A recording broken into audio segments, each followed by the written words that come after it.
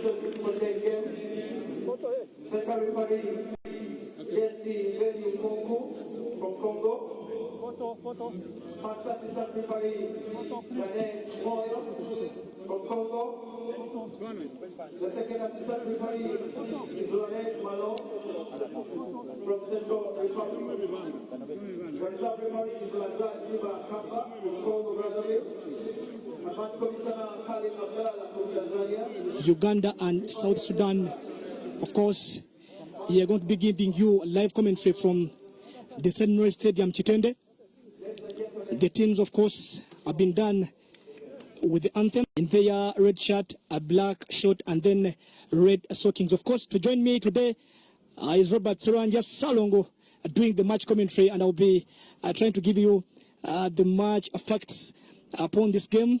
Lawrence Wanika behind the microphone in today's commentary. Teams trying to get ready for the kickoff. Of course, the stadium is set, just waiting for the kickoff. We saw the weather is partly cloudy and expecting no rain in this game, of course, throughout the 90 minutes. Robert? Yes, live here from St. Mary's Stadium, Kitende. Uganda cranes up against the Bright Stars of Southeast Sudan. This is Group B, of course, led by Uganda after playing 2 games which were stopped by the COVID-19 pandemic. Each team is playing their 3rd game in this group. Of course, as we've told you, that Uganda up against Southeast Sudan, and second on the log is none other than Burkina Faso, who are also playing Malawi today, waiting for the kickoff from the referee. The referee coming from Congo Brazzaville. Of course, as you can see on your screen, the Uganda cranes preparing to battle it out with the Bright Stars of South Sudan, dressed in red jerseys, in green jerseys and green shorts plus green stockings, and the hosts Uganda are also donning red jerseys, black shorts and red stockings here at the St. Mary's Stadium, Kitende. Here they are showing you the gaffer for Southeast Sudan. That is none other than Cyprian Besong. He's a German but with Cameroonian descent. On the screen is Okello, who plays for Gol Mahia, the man leading that line for Southeast Sudan, donning jazz number 10. And here we come at St. Mary's Stadium, Uganda against Southeast Sudan. Of course, Uganda playing from left to right on your screen, and then South Sudan playing from right to left. That is Dennis Onyango, the captain for Uganda, trying to look for Robert Muchibi. Robert Muchibi gives in the long one, taken away by the defender Godfrey Nyeko Okello, and then got the goalkeeper Ramadan John Manyik trying to give it away in the center of the park. Uganda getting the possession. Khalid Aucho, Joseph Ochaya trying to pull away, playing from behind. This is Ronald Muchibi. The ball went outside the pitch. AFCON qualifiers 2021. This is Group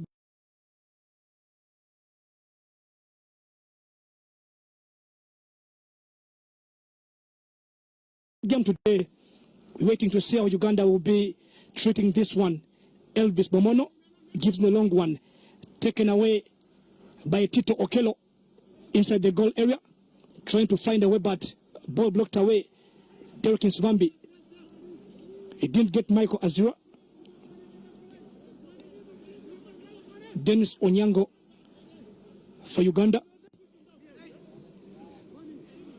Of course, streaming live on the FIFA official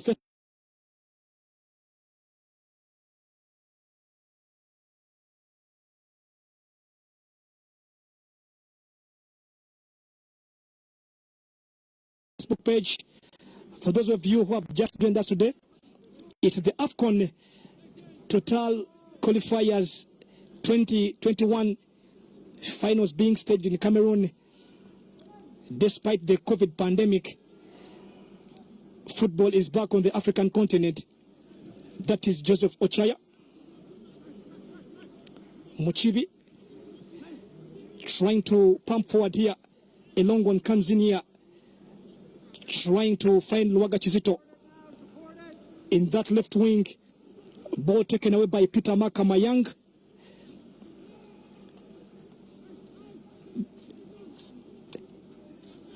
That is Khalid Aucho, Uganda. Chizito Luaga. Then the ball comes back to Muchibi Ronald. A long one comes in here, but again, the ball just goes begging for a goal kick.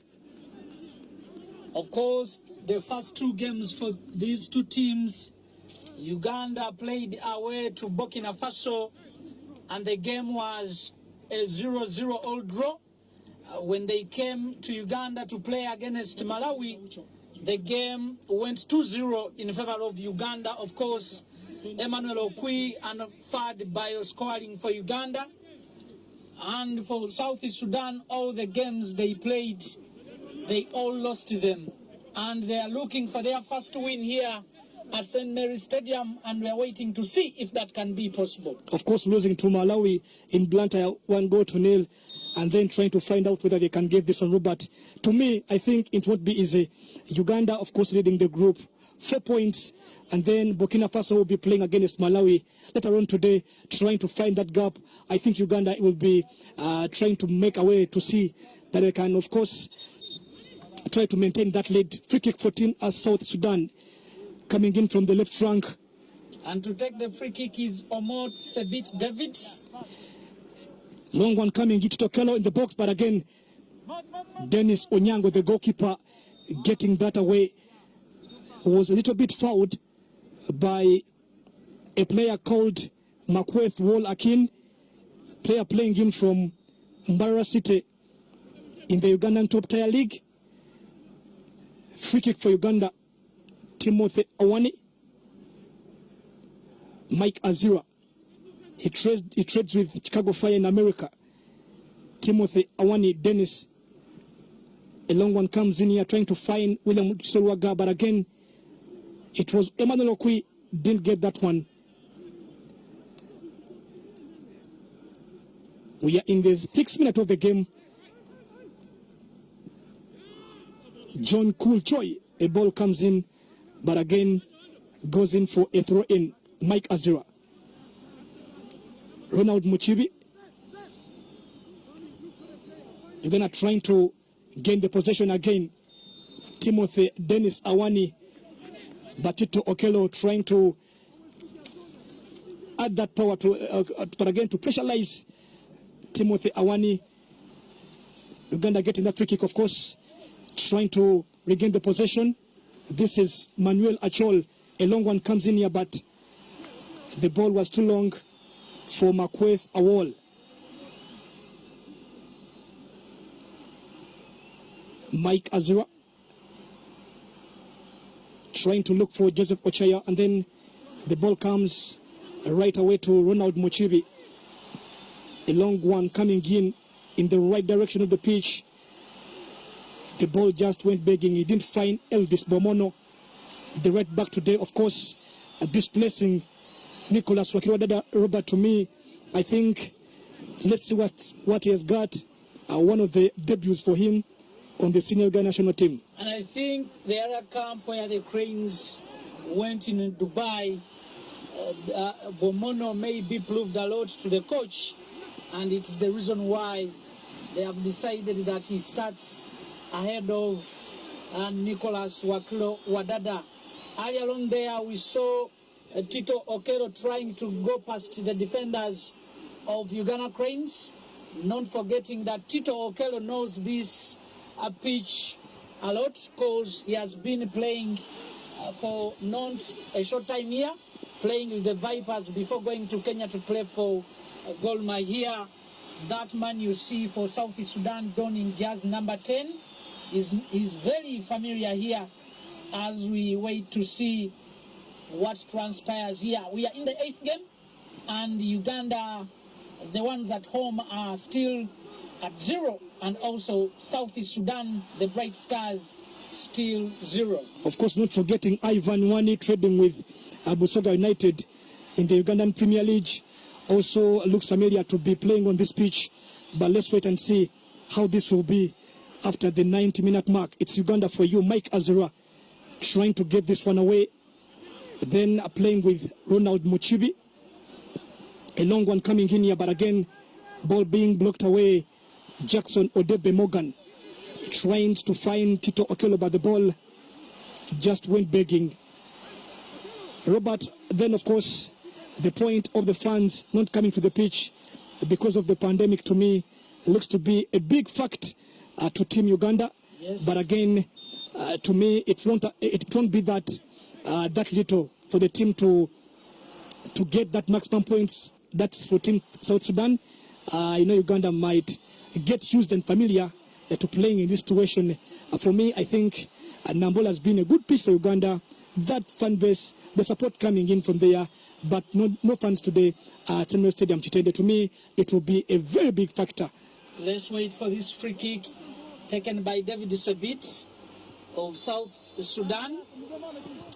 The game is still 0-0, but the captain there, Dennis Masindo Nyango, playing his trade in South Africa for Mamelodi Sundowns, has just saved.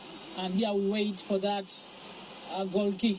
Of course, Rollins, as you've been saying, that maybe it will be a factor for the Cranes not having fans here at St. Mary's Stadium, Kitende.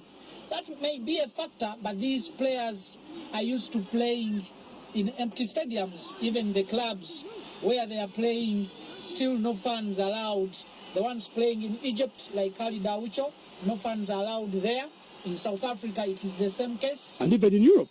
And even in Europe, when you go to Turkey, where Farouk Miya plays for Konyaspor, still no fans. And even in Israel, where Kizito Luaga and Timothy Dennis Awani, still no fans.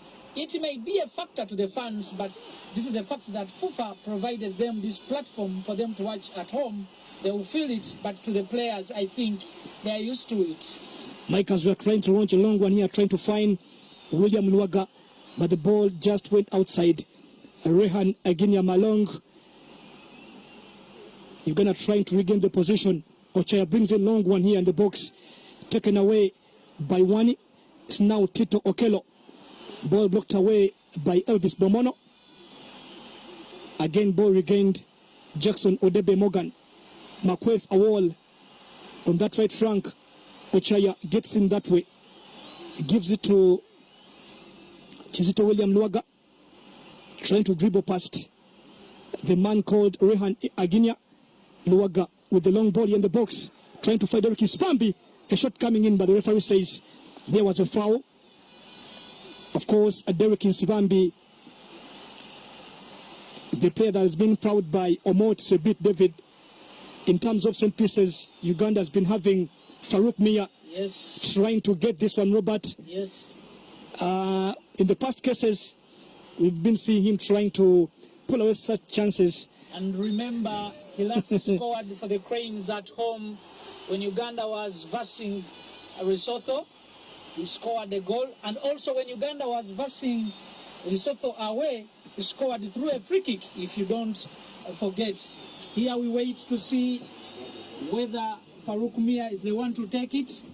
I can see Joseph Ochaya standing in there with Kizito Luaga also standing there, but Farouk Miya and Joseph Ochaya are the two men standing in that one, of course, after Derek Nsibambi being forward. Joseph Ochaya, ball being blocked away by the back line, but again, trying to plead for a penalty. The referee says, no way. Joseph Ochaya trying to get that one away. Timothy Awani. A long one in the box. Goalkeeper gives a touch. Ball being trying to Ronald Muchibi. Mike Azura gives it to Timothy Dennis Awani.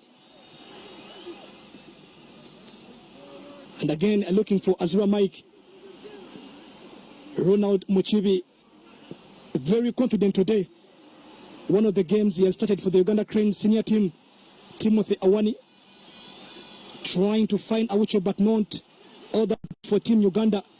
That is Makweth Awol trying to find Ivan Wani Bomono, and then Wani Ivan trying to dribble past Onyango. But again, Onyango trying to save that one away to the throw in. That was a very good chance for Wani Ivan. A long one coming in here, but again the ball went just outside. That was a very good move, Robert. Yeah, a very good move from these boys. And not on this occasion only. They have been trying to get there, but their prayers have not yet been answered. But we shall wait to see if they can pull one here. Remember, they have been rated as underdogs. But to me, African football has changed a lot. You can never undermine any team playing a big one. Let's wait for the 90 minutes and see. And if you have not yet forgotten, South Sudan played their first international game against Uganda. That was way back in 2012, and it was a 2-2 draw on the 10th of July, 2012. Getting a little bit of the drizzles here. That's the rain for you. Of course, the weather, it's a little bit changing. Trying to see this move from South Sudan. Ugandan defense was caught unawares. Of course, tomorrow, but I'm seeing that Uganda is playing with a 3-5-1 formation. Ronald Muchivi are trying to get that one. Timothy Awani and then Elvis Bomono trying to be in that back line. To me, that's why you saw, of course, in the past moment that Ivan Wani tried to penetrate it, but again, Dennis Onyango was in that good position to save that one. It's still 0-0. We are in the first 15 minutes of the game, live from the St. Mary's Stadium, Chitende, in the AFCON qualifiers. That should be a free kick. I saw an handball there, and I think the referee Nkonku Mvetu Messi from Congo Brazzaville has said that it should be a free kick, as we wait to see Farouk Miya, the man donning jazz number 17, playing for Konyaspor in Turkey, standing with Joseph Ochaya, plying his trade in Democratic Republic of Congo with Truprisa Mazembe. Joseph Ochaya trying to launch a long one in the box here. Goalkeeper punches it away. Trying to find Mike Azira. Taken away by Tito Okello. One of the threats to Team Uganda. But again, ball restored by Mike Azira.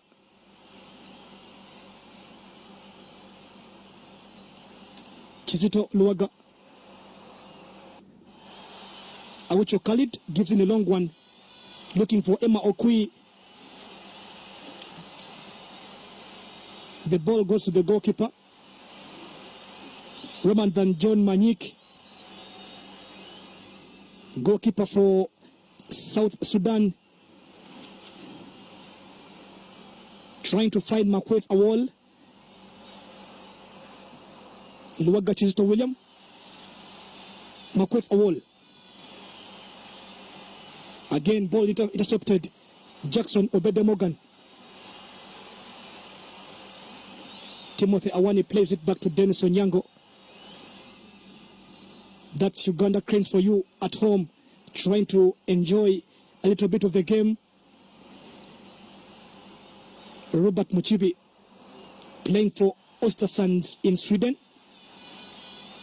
In that centre half for Uganda Cranes today, plays it back to Joseph Ochaya, but Ochaya wasn't in that good position to get that ball away. Of course, the COVID-19 has changed many things, Rollins.